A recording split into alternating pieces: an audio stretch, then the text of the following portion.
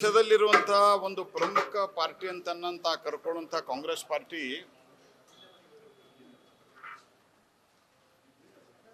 ದೇಶದ ಜನರಿಗೆ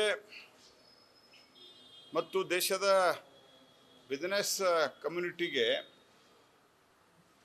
ಒಂದು ಕನ್ಫ್ಯೂಷನ್ ಕ್ರಿಯೇಟ್ ಮಾಡುವಂತ ಪ್ರಯತ್ನವನ್ನ ಮಾಡ್ತಾ ಇದ್ದಾರೆ. ಮೊದಲನೇದಾಗಿ ನಿನ್ನೆ ರಾಹುಲ್ ಗಾಂಧಿ ಒಂದು ಸ್ಟೇಟ್ಮೆಂಟ್ ಕೊಟ್ರ. ನಿನ್ನೆ ಸಾಯಂಕಾಲ ಪೆಟ್ರೋಲ್ ಡೀಸೆಲ್ ಕ್ರೈಸಿಸ್ ಆಗ್ತದಂತೆ. ಇಡೀ ದೇಶದಲ್ಲಿ ಇವತ್ತಿಗೂ ಎಲ್ಲೂ ಇಲ್ಲ, ಮುಂದೂ ಎಲ್ಲೂ ಇರೋದಿಲ್ಲ. ನಮ್ಮ ಮಲ್ಟಿಪಲ್ ಸೋರ್ಸಸ್ ಅನ್ನ ಮೊದಲು ಒಂದು 20-22 ದೇಶ ಇದ್ದದ್ದನ್ನು 40 ದೇಶದಿಂದ ಇವತ್ತು ಪೆಟ್ರೋಲಿಯಂ ಪ್ರಾಡಕ್ಟು ಬರ್ತಾ ಇದೆ. ಇದರ ಬಗ್ಗೆ ಸನ್ಮಾನ್ಯ ಹರ್ದೀಪ್ ಸಿಂಗ್ ಪುರಿ ಅವರು ನಿನ್ನೆ ಬಹಳ ವಿವರವಾದಂಥ ಹೇಳಿಕೆಯನ್ನು ಕೊಟ್ಟಿದ್ದಾರೆ. ಮತ್ತು ಇವನ್ ಕಮರ್ಷಿಯಲ್ LPGಯಲ್ಲೂ ಕೂಡ ಬಹಳ ಅನಗತ್ಯವಾಗಿ ಕಾಂಗ್ರೆಸ್ ಪಾರ್ಟಿ ಸ್ವತಃ ಮುಖ್ಯಮಂತ್ರಿಗಳು ಮತ್ತು ದೇಶದಲ್ಲಿ ಒಬ್ಬ ಅತ್ಯಂತ ಅಪ್ರಬುದ್ಧ ಅಪೋಸಿಷನ್ ಲೀಡರ್ ಅವರು ಜನರನ್ನ ತಪ್ಪುದಾರಿಗೆಳೆಯುವಂತಹ ಪ್ರಯತ್ನವನ್ನ ಮಾಡ್ತಾ ಇರೋದ್ರಿಂದ ಕಮರ್ಷಿಯಲ್ LPGಯಲ್ಲಿ ಬುಕ್ಕಿಂಗ್ ರಶ್ ಆಗಿರೋದ್ರಿಂದ ಆ ಬುಕ್ಕಿಂಗಕ್ಕೆ ಒಂದಿಷ್ಟು ರಿಸ್ಟ್ರಿಕ್ಷನ್ ಅಂದ್ರೆ ಒಂದು ಲಿಮಿಟೇಷನ್ ಅನ್ನ ಹಾಕಿದ್ದು ಬಿಟ್ರೆ ದೇಶದಲ್ಲಿ ಯಾವುದೇ ರೀತಿಯಾದಂಥ ಕೊರತೆ ಇಲ್ಲ ಅನ್ನುವಂಥದ್ದನ್ನು ಅತ್ಯಂತ ಸ್ಪಷ್ಟವಾಗಿ ನಾವು ಹೇಳಿದ್ದೇವೆ. ಇದರ ಜೊತೆಗೆ ಆ ಹಮ್ರೋಜ್ ದಾರಿಯಿಂದ ಸಹಿತ ವಾಟರ್ವೇದಿಂದ ಸಹಿತ ಈಗಾಗಲೇ ಶಿಪ್ಮೆಂಟ್ಗಳು ಶುರುವಾಗಿದ್ದಾವೆ. ಇದು ಭಾರತದ ಎಲ್ಲರ ಜೊತೆಗೆ ಭಾರತದ ಸಂಬಂಧ ಚೆನ್ನಾಗಿದೆ ಅನ್ನೋದಕ್ಕೂ ಒಂದು ಬಹಳ ದೊಡ್ಡ ಉದಾಹರಣೆ ಇದು. ಮತ್ತು 33 ಕೋಟಿ ಹೌಸ್ ಹೋಲ್ಡ್ಗಳಿಗೆ LPG ಸಪ್ಲೈ ಆಗ್ತಾ ಇದೆ. ಮತ್ತು ಬುಕ್ ಮಾಡಿದ ನಂತರ 2.5 ದಿವಸ ಮೊದಲೇನಿತ್ತು ಅಷ್ಟೇ ಸಮಯದಲ್ಲಿ ಆಗ್ತಾ ಇದೆ. ಆದ್ದರಿಂದ ಯಾರು ಪ್ಯಾನಿಕ್ ಬುಕ್ಕಿಂಗ್ ಅನ್ನ ಮಾಡುವಂತ ಅವಶ್ಯಕತೆ ಇಲ್ಲ ಅನ್ನೋದನ್ನ ನಿನ್ನೆ ಅವರು ಸ್ಪಷ್ಟಪಡಿಸಿದ್ದಾರೆ. ಮತ್ತು ಇದೆಲ್ಲ ಆಗ್ತಾ ಇದ್ದಂಗೆನೆ ದೇಶದಲ್ಲಿ ಕೇವಲ 5 ದಿವಸದಲ್ಲಿ ವಿದಿನ್ 5 ಡೇಸ್ 28% ನಮ್ಮ ದೇಶದ LPG ಪ್ರೊಡಕ್ಷನ್ ಅನ್ನ ನಾವು ಜಾಸ್ತಿ ಮಾಡಿದ್ದೇವೆ ಪ್ರಧಾನಮಂತ್ರಿಗಳ ಮಾರ್ಗದರ್ಶನದಲ್ಲಿ. ಮತ್ತು 70% ಕ್ರೂಡ್ ಇಂಪೋರ್ಟ್ಸು ಸೋರ್ಸ್ ಆಗುವುದೇ ಸ್ಟ್ರೇಟ್ ಆಫ್ ಹಾರ್ಮುಜ್ದಿಂದ. ಹಾಗಾಗಿ ಇದೆಲ್ಲ ಗಮನದಲ್ಲಿಟ್ಟುಕೊಂಡು ನಾವು ಮೊದಲನೇ ಮತ್ತು ಈಗ ನಂತರದ ಸ್ಥಿತಿಯಲ್ಲೂ ಸಹಿತ ಸುಮಾರು 20 ಕಂಟ್ರಿಯಿಂದ 40 ಕಂಟ್ರಿಗೆ ನಾವು ಏರಿಸಿದ್ದೇವೆ ಸೋರ್ಸಸ್ ಅನ್ನ. As far as crude oil is concern, direct LPG import ಮಾಡ್ತಾ ಇದ್ವಿ. ಅದರದ ಸೋರ್ಸ್ಗಳು ಕಮ್ಮಿ ಇದೆ. ಹಿಂಗಾಗಿ ಭಾರತದಲ್ಲಿ ಅದರ ಪ್ರೊಡಕ್ಷನ್ ಅನ್ನ ನಾವು ಜಾಸ್ತಿ ಮಾಡಿದೀವಿ. ಮತ್ತು ಬೇರೆ ಬೇರೆ ಕಡೆಯಿಂದಾನು ಈಗ ಆಸ್ಟ್ರೇಲಿಯಾದಿಂದ, ರಷ್ಯಾದಿಂದ, ಈ ರೀತಿ ಸೌತ್ ಆಫ್ರಿಕನ್ ಕಂಟ್ರಿಗಳಿಂದ ನಾವು ತರಿಸ್ಲಿಕ್ಕೂ ಆಲ್ರೆಡಿ ಪ್ಲಾನ್ ಮಾಡಿದ್ದೀವಿ. ಮುಖ್ಯಮಂತ್ರಿಗಳು ಸ್ಟ್ರೈಕ್ ಮಾಡೋ ಅಂತ ಹೇಳುವಂತಹ ಒಂದು ಏನ್ ಸ್ಥಿತಿ ಇದೆ. ಯಾಕಂದ್ರೆ ಹಿಂದೆ ಇದರ ಜೊತೆಗೆ 20% ಎಥೆನಾಲ್ ಬ್ಲೆಂಡಿಂಗ್ 2000 ಇಸ್ವಿಯಲ್ಲಿ 1990ರಲ್ಲಿ ಸನ್ಮಾನ್ಯ ಅಟಲ್ ಬಿಹಾರಿ ವಾಜಪೇಯಿ ಅವರು ಎಥೆನಾಲ್ ಬ್ಲೆಂಡಿಂಗ್ ಶುರು ಮಾಡಿದರು. ಎಥೆನಾಲ್ ಬ್ಲೆಂಡಿಂಗ್ ಯಾವಾಗ ಕಂಪ್ಲೀಟ್ ಆಗ್ಬೇಕಾಗಿತ್ತು? 2010ಕ್ಕೆ 20% ಮುಗಿಬೇಕಾಗಿತ್ತು. ಇವ್ರು ಬಂದಾಗ 1.5% ಇತ್ತು. ಇವರು ನಮಗ್ ಪ್ರಿಪರೇಷನ್ ಬಗ್ಗೆ ಹೇಳ್ತಾರೆ, ಆತ್ಮನಿರ್ಭರ ಭಾರತ ಬಗ್ಗೆ ನಮ್ಗೆ ಹೇಳ್ತಾರೆ ಇವ್ರು ಪಾಠ. Today 20% ethanol blending is happening in the country. ಇದು ಆತ್ಮನಿರ್ಭರ ಭಾರತದಲ್ಲಿ ಒಂದು ಮಹತ್ವದ ಹೆಜ್ಜೆ. ಅದರ ಜೊತೆಗೆ ಎನರ್ಜಿ ಆಸ್ ಎ ಹೋಲ್ ನೋಡಿದ್ರೆ ನಾವು ಹೈಯೆಸ್ಟ್ ಡೀಸೆಲ್ ಪಂಪ್ಗಳನ್ನು ಇವತ್ತು ಸೋಲಾರ್ ಪಂಪ್ಗಳನ್ನಾಗಿ ಕನ್ವರ್ಟ್ ಮಾಡಿದ್ದೀವಿ. ಸುಮಾರು ಇಡೀ ದೇಶದಲ್ಲಿ 25 ಲಕ್ಷ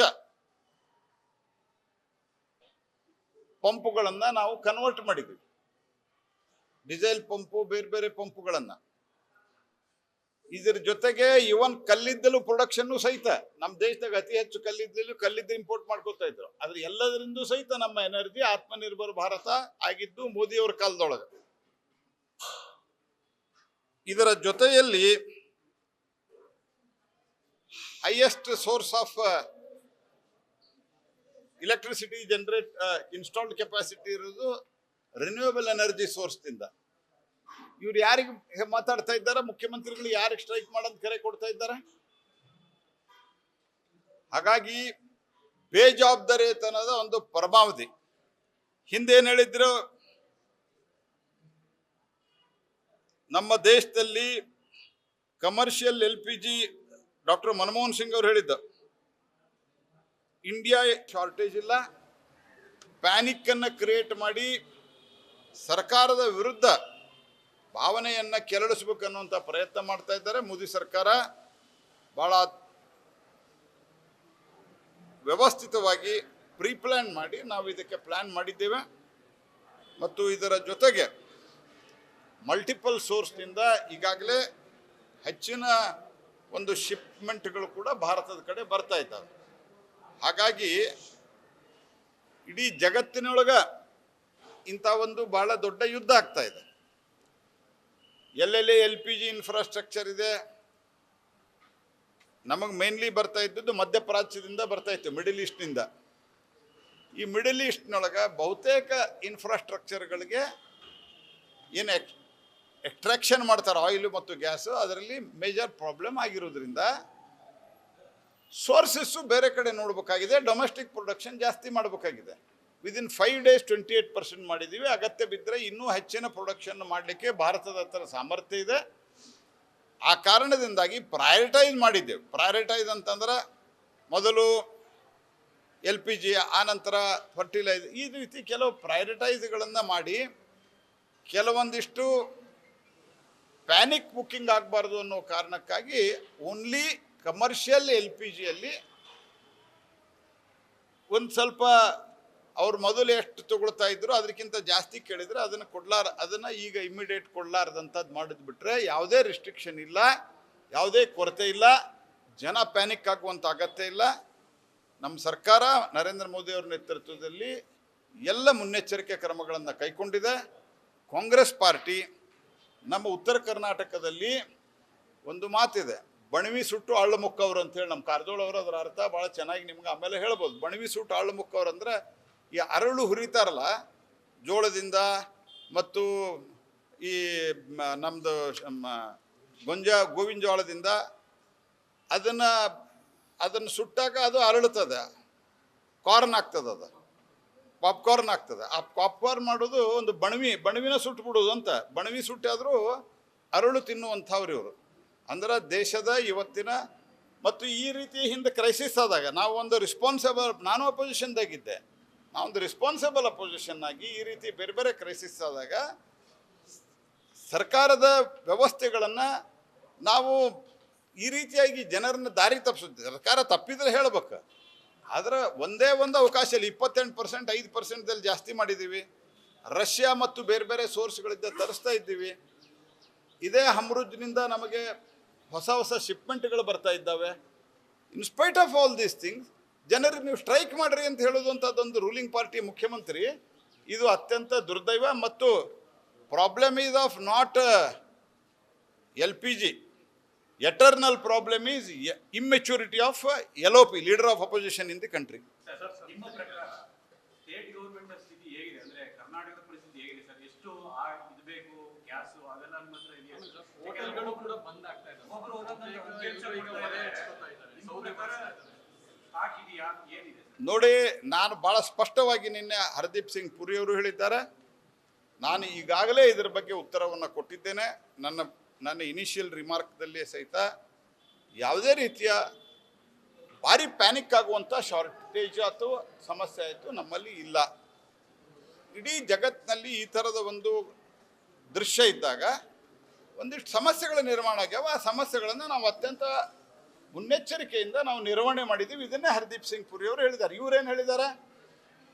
ಇವ್ರ ಹಿಂದೆ ಏನು ಹೇಳಿದ್ದಾರೆ? In public defence in 2008 increase which is frame the governance line in the house as well as described the adjustment inevitable and said people would have to learn to adjust to the international condition while acknowledging the moves will not be popular. Popular ಇಲ್ಲ ಅಂದರೂ ಅದನ್ನು ಜನ ಸ್ವೀಕಾರ ಮಾಡಬೇಕು. ಮನಮೋಹನ್ ಸಿಂಗ್ ಅವ್ರ statement ಇದೆ, ನಂದಲ್ಲಿದೆ. ಇವತ್ತು ಜಾಗತಿಕ ಮಟ್ಟದಲ್ಲಿ ಇಂಥ ಕ್ರೈಸಿಸ್ ಇದ್ದಾಗ ಅಕ್ಕಪಕ್ಕದ ದೇಶದಲ್ಲಿ ಪೆಟ್ರೋಲ್ ಅವೈಲೇಬಲ್ ಇರಲಾರ್ದಂಥ ಸ್ಥಿತಿಯಲ್ಲಿ, ಅಕ್ಕಪಕ್ಕ ದೇಶದಲ್ಲಿ ಡಿಸೈಲ್ ಅವೈಲೇಬಲ್ ಇರಲಾರ್ದ ಸ್ಥಿತಿಯಲ್ಲಿ ನಮ್ಮಲ್ಲಿ ಈ ಪ್ರಾಡಕ್ಟ್ಗಳಿಗಂತೂ ATFನ ಅವೈಲೇಬಲ್. ಒಂದು ವಿಮಾನ ರದ್ದಾಗಿದ್ದಾವ. ಎಲ್ಲ ಆಯಿಲ್ಗಂತೂ ಯಾವುದೇ 100% ತೊಂದರೆ ಇಲ್ಲ. LPG ಸೋರ್ಸಸ್ಸು ಇಡೀ ಜಗತ್ತಿನಲ್ಲಿ ಕೆಲವೇ ಇವೆ. ಅದರಾಗ ನಾವು ಬೇರೆ ಸೋರ್ಸ್ ಮೂಲಕ ನಾವು ತರ್ತಾ ಇದ್ದೀವಿ. ಮತ್ತು ಭಾರತದಲ್ಲಿ ಏನು ಪ್ರೊಡಕ್ಷನ್ ಆಗಬೇಕು ಆ ಪ್ರೊಡಕ್ಷನನ್ನು 28% ಇನ್ಕ್ರೀಸ್ ಮಾಡಿದ್ದೀವಿ. Absolutely there is nothing to worry. News first ನಿರ್ಭೀತಿಯಿಂದ ನಿಮ್ಮ ಪರವಾಗಿ.